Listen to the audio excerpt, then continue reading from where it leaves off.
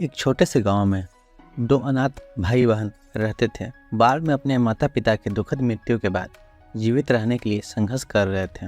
बेघर और बेसहारा वे पुलों के नीचे और शेड में सोते थे।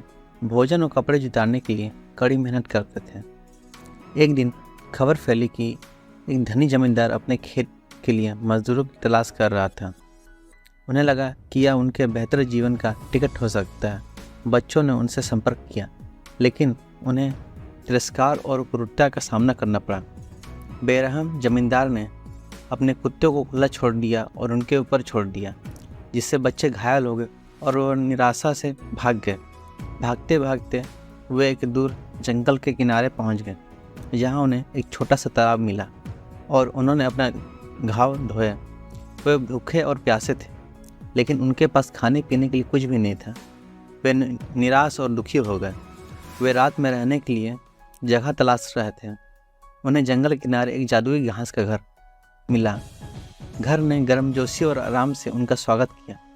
इसकी दीवारें मनमोहक हरी घास से बनी हुई थीं, जिनमें हल्की रोशनी फैली हुई थी। यह घर जादुई घास का बना हुआ था, जो पूरा हरा कलर का था। भूखे और प्यासे बच्चों को अंदर एक मेज पर कुकीज़ और दूध मिला। जैसे ही उन्होंने उसे खाया, उनकी भूख और प्यास चमत्कारी रूप से गायब हो गई। ऐसा लगता था कि घर में जादू है, जो उनकी ज़रूरतों को पूरा कर रहा था। उन्हें कपास से बनी रजाई वाला एक बिस्तर मिला, जिससे उनका दर्द और थकान कम हो गया। और अंगारों वाली एक चिमनी मिली, जो गर्मी प्रदान कर रही थी और उनके दर्द को दूर भगाती थी। जादुई घर एक स्वर्ग बन गया था, जो अनाथों को संतावना और उनकी कठोर वास्तविकता से राहत प्रदान कर रहा था। अगली सुबह घर ने रोटी और जैम उन्हें दिए, एक टोकरी फल दिए और फलों और सब्जियों वाला एक बगीचा भी प्रदान किया, और बच्चों को खेलने और नृत्य करने के लिए आनंदमय माहौल प्रदान किया। उन दोनों भाई बहनों ने जादुई घास के घर को अपना घर बनाने का फैसला किया। इसके प्रति गहरा संबंध और कृतज्ञता महसूस की।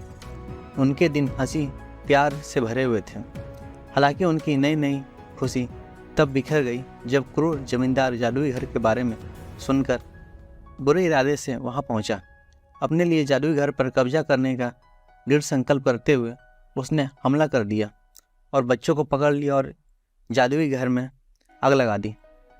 जादुई घास के घर ने बच्चों को मुक्त कराने और जमींदार को सबक सिखाने के लिए अपनी शक्तियों का उपयोग करते हुए जवाबी कार्रवाई की। जमींदार और उनके लोगों को नाकाम कर दिया और उन्हें जंगल के प्राणी में बदल दिया, और घर ने अपने दोस्तों को बचाने के लिए खुद का बलिदान कर दिया। बच्चे अब स्वतंत्र और खुशियों से भरे हुए थे। अब उन्हें घर और दोस्ती का सही अर्थ समझ लिया था। उन्होंने घास के घर के जादू को सभी के साथ साझा करने की कसम खाते हुए अपना नया जीवन अपनाया।